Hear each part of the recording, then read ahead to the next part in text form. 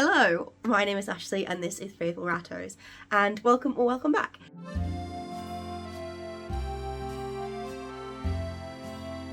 So in today's video I am going to be talking to you about hospital cages for rats, what they are, why we need to use them and all of that stuff. Hopefully it will be a short one and I won't take up too much of your time.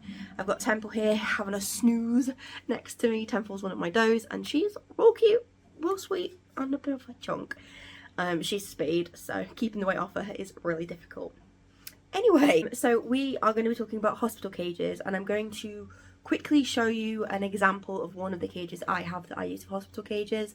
And yeah, this is the cage. I'm not quite sure of the measurements, but as you can see, compared to me and compared to Temple there next to the cage, it's small. That's the point. So yeah, this is a hamster cage by the brand Coopet. That's what it says here. This is actually like a really stupid little hide for hamsters. It's really not a good cage at all, but this is what I use for my smallest hospital cage that I have, and I also use it for stages and intros. A lot of these smaller cages that we have as rat keepers can double and be very useful for things like intros, hospital cages and birthing cages and all different things. So this is one of the hospital cages that I use. This is a small cage, very small if you can see compared to my head, and I'm going to tell you why we need to have these on hand and what we use. We are using hospital cages to restrict movement in our rats and also to make sure they have everything they need very close to them and they don't have to prolong drag themselves over and things like that. So there are three main times we would use a hospital cage when it comes to our rats. The first one is after a surgery during recovery to make sure the wound heals very well. The second is injury, whether that be like a tension slice or like a broken leg or a sprain, things like that. We would use a hospital cage to restrict movement. In a lot of these cases we would have pain management along with it and other medications depending on what's going on. And the third is in case of a serious illness and they're really struggling, but you know that you can see them through, and they just need to have everything very close by, their water, their food very close by to them, and to not exert themselves when it comes to exercise and getting around the cage. And that's what we would use a hospital cage for.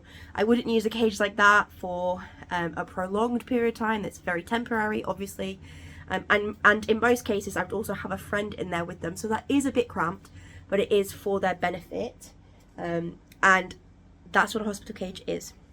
So we are using hospital cages for a way to protect them for a short period of time to make sure that they can recover from whatever is going on.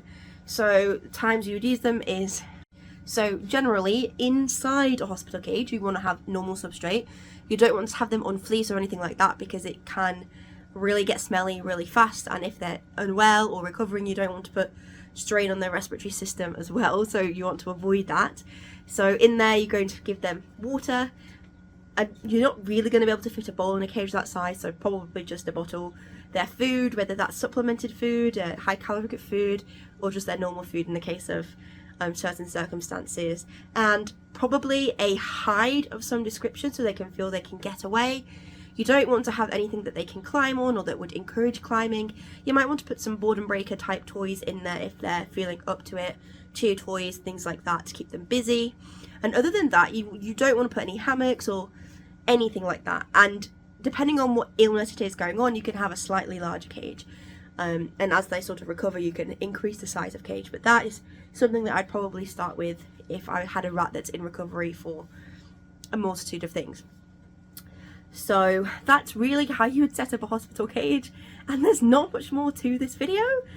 It's a real quick one, but I thought it was a helpful one. A lot of people ask what a hospital cage is, and it's similar for other species. I know hamster keepers do use the idea of hospital cages as well. I don't know about other people, other sort of pet communities, but I know that I've seen guinea pig owners give a reduced space in those cases as well, and that's just what a hospital cage is. It's pretty much what it says on the tin. It's a cage that is acting as like a hospital sort of setup. So yeah, that is a hospital cage. I hope that was helpful. Here are my girly pops. They're like my best friends, honestly. And so this is Temple. She's doing a good old chew. And next to her, this little black Rex Dumbo is Godiva. And she really is my best friend. She absolutely loves me. Zora just did a yawn. Godiva literally was in heat the other day and jumped out onto my chest out of the cage when I opened the door and started doing the buzzy ears. That means she wants a man. And I was like, I'm friends with you. Not like that though, babe. Not like that. She's like, Mum, what are you doing? What are you doing? That's the video. I hoped that it was helpful. And if you have any questions, do let me know down below. You can follow me over on Instagram and you can subscribe and do all the things. Alright, see you in the next video. Bye bye.